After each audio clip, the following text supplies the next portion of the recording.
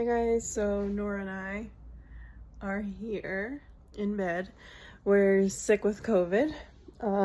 Nora's doing well, right? She's happy. We're just enjoying some snuggles. It is the anniversary of Nora's first seizure. That was the worst day of our lives. We were coming back from a normal children's hospital appointment, getting contacts for the first time.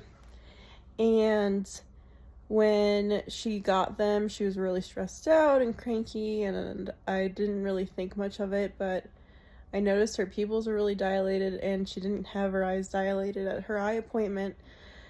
So I got her into the car, and she typically doesn't do well in the car. She was just having lots of muscle spasms, which was normal for her. It was just like any other day. It takes us about an hour and a half to get home from the hospital. So we were driving back, and we were almost home, and Nora was making these sounds in the back seat, and it sounded like she was having muscle spasms like the whole entire time. But then I noticed a horrible gurgling noise, so I took my phone and I put it back so I could see her because I was driving. I was stopped at a light, so I took it, looked back, and when I looked, I saw the most horrifying thing I've ever seen. So immediately I had called 911, told them that I think she's having a seizure, and there was a church parking lot right in front of me, so I had gone and parked and was waiting for EMS to arrive, and I was looking at her, and she was unresponsive. She could not stop seizing. She was in something called status epilepticus, but I just remember everything being in slow motion, and EMS was still coming, and I'm just crying and screaming and looking at traffic, desperate for somebody to help me. And people had their windows down so they could see, but they were just watching as I try to make sure that Norah was okay. And they had taken us into the ambulance. They finally came, and I was in the front seat, and I didn't know what was going on. I had never been in the front seat of the ambulance before. I usually was in the back seat, so this was just a weird experience because I had no idea what was going on. And we had got to the hospital, and somebody takes me into a different room, and I was really confused, and they said something to me, and all of a sudden I'm in this huge room. We were in the trauma bay, I guess, and this room was ginormous, and I was just watching them. I walked into them,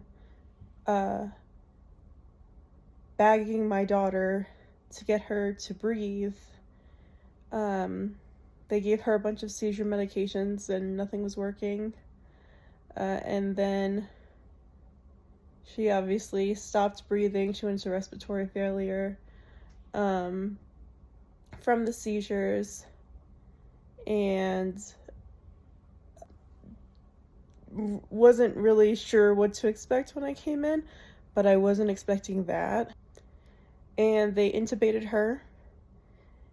My mom had come while they were bagging her, and I hadn't prepared her for what she was about to see at all because I didn't even understand what was going on.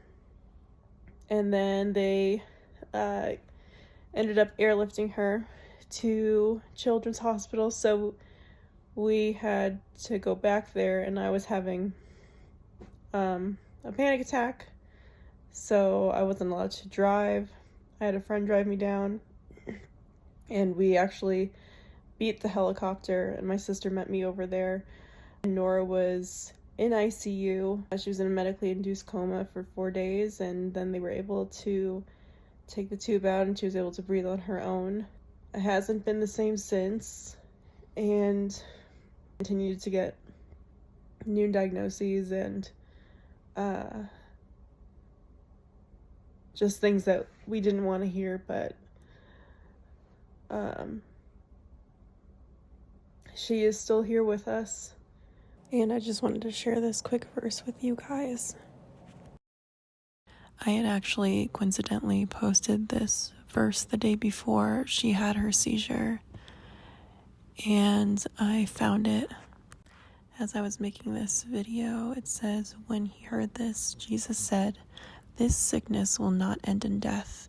No, it is for God's glory, so that God's Son may be glorified through it.'" And when I found this, I was just blown away, because God knew that she would make it through before it happened. He knew that this awful moment was going to be used as her testimony, and that he was going to be glorified through it. I had to insert this because I was just blown away by this, and he is so good. His plan is far greater than ours. So we're thankful, and yeah, it's just been a really, really hard year.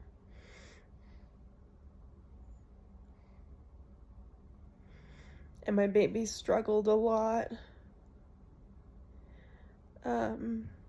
But I'm so happy she's here with us. And I'm thankful for all the good things that have happened. And the new milestones that we've created. Yes. The new memories we created. But, epilepsy steals, and it is just an awful, awful thing. Obviously, Norah was born. Most of you know she was born with a traumatic brain injury from a stroke in utero. She was always high risk, but there was a number of things that happened that week. We were hit, we were rear-ended in a car. It was just a little bump. And then Norah has painful muscle spasms, so she didn't like our car seat, and ended up having a contact appointment that day and an 1.5 hour long drive down and back. A lot of those things just like stressed her out, where she was so high risk, she hit her threshold. She was diagnosed with epilepsy this year, and something called Lennox-Gastaut syndrome, which is a rare and severe form of epilepsy, and it's really hard to find drugs that actually work for controlling her seizures. She has 3 to 5 grand mal seizures an hour, and myoclonic seizures, or jerks, in between, and absent seizures in between. But it has just been a time.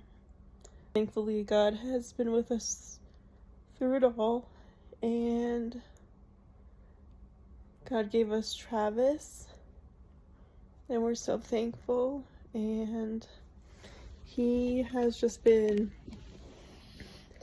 the biggest angel. He's so good to Norah, and we love him. Yes. And we're just so grateful.